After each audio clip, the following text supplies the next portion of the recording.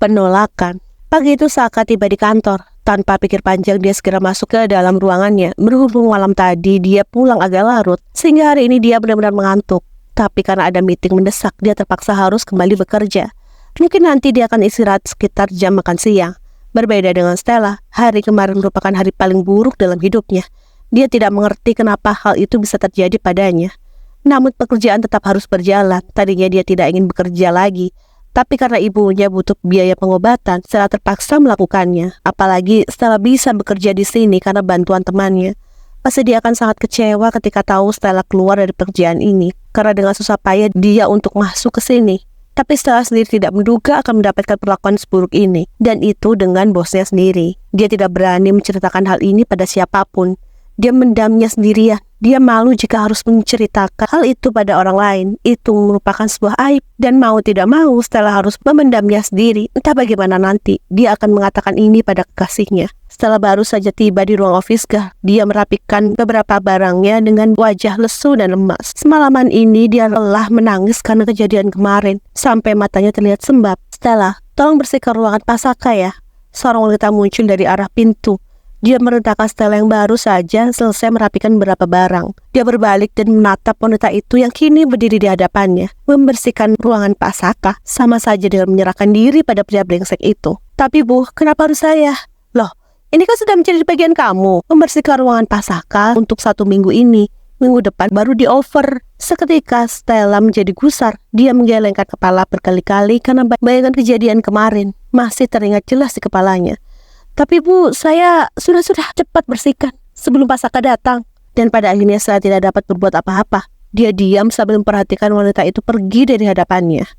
Setelah menarik nafas dengan pelan, dia menunduk dan terlihat jelas kesedihan di balik matanya yang nanar. Buru-buru dia mengambil barang untuk segera membersihkan ruangan Saka sebelum pria itu sampai di dalam ruangannya. Setelah berjalan dengan penuh rasa takut, dia melirik kiri dan kanan untuk memastikan apakah Saka sudah tiba atau belum. Lalu buru-buru dia masuk ke dalam ruangan itu, dan benar saja ruangan masih kosong dan tidak ada siapa-siapa selain dirinya.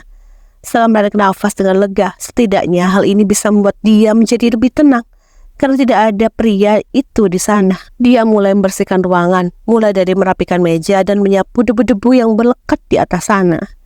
Tiba-tiba pandangan Stella tertuju pada sebuah gambar wanita dan terpajang di sebuah figura. Terdapat seorang wanita cantik dan juga Saka di sana. Dia memandangi foto itu sebentar. Jika Saka memiliki seorang kekasih, kenapa pria itu malah melampiaskan nafsunya pada Stella? Kenapa tidak pada kekasihnya saja? Setelah menggelengkan kepalanya, dia berusaha mengabaikan hal itu. Apa urusannya dengan Saka? Dia tidak mau tahu sama sekali. Yang terpenting sekarang pekerjaannya harus segera selesai dan dia harus segera pergi dari sini sebelum pria itu sampai dan melakukan tindakan tidak senonoh lagi. Tapi sayangnya ketika Stella sedang asik membersihkan kaca lemari, tanpa disadari Saka masuk ke dalam ruangannya dan dia terkejut mendapati wanita itu di sana. Saka berhenti di depan pintu. Dia menatap punggung Stella yang masih setia membersihkan kaca. Tapi fokus pria itu tertuju pada bagian seketika tatapan pria itu berubah menjadi tatapan mesum. Dia mendekati meja dan meletakkan tas ranselnya di sana. Pergerakan yang terlalu senyap membuat Stella tidak menyadari hal itu. Dia terlalu serius agar segera menyelesaikan pekerjaannya. Tiba-tiba Saka mendekati dia dari belakang dan detik kemudian Stella dibuat terkejut saat merasakan astaga, pekiknya dan spontan berbalik. Dia semakin panik ketika menyadari ada Saka di sana. Ketakutannya semakin jadi-jadi dan detik kemudian dia menyadari senyum mesum dari bibir Saka dan tatapannya tertuju pada bagian dada Stella. Tuan, gumamnya dengan pelan dan berusaha mundur ke belakang. Tapi ternyata dia tidak bisa pergi kemana-mana lagi. Punggungnya malah menabrak kaca lemari yang baru saja dia bersihkan. Apa yang kau lakukan di sini? Saka melirik Stella memperhatikan semua tubuhnya tanpa terkecuali. Terlihat juga senyum sinis di bibir pria itu yang menunjukkan jika dia benar-benar terlihat menyukai apa yang dia lakukan saat ini. Kau sengaja kemari? Tanya Saka dengan senyum sinisnya. Dia terus memperhatikan wajah Stella yang sudah terlihat panik. Tidak Tuan, saya hanya ingin membersihkan ruangan ini, jawabnya dengan gugup. Karena sungguh dia benar-benar takut sekarang. Saka menarik nafasnya dengan panjang lalu mundur ke belakang dan duduk di kursinya. Detik itu Stella bisa bernafas dengan lega. Setidaknya pria itu tidak melakukan hal seperti kemarin lagi. Kau kemari, duduklah. Namun detik kemudian dia malah terkejut saat menyadari Saka memanggilnya untuk duduk di depan meja kerja. Mau tidak mau Stella harus menurutinya, meski dia merasakan ketakutan karena sejak tadi pria itu terus memandanginya tanpa henti. "Ada apa, Tuan?" tanyanya dengan penuh ketakutan. Sekujur tubuhnya bergetar karena panik. Sungguh ini benar-benar di luar kendalinya. Saka menarik nafasnya. Seketika dia tertuju pada bibir mungil Stella. Kembali teringat desahan yang keluar dari sana. Sial, hanya dengan mengingatnya saja sudah membuat dia hampir menegang. Entah kenapa, wanita ini selalu menjadi candu baginya.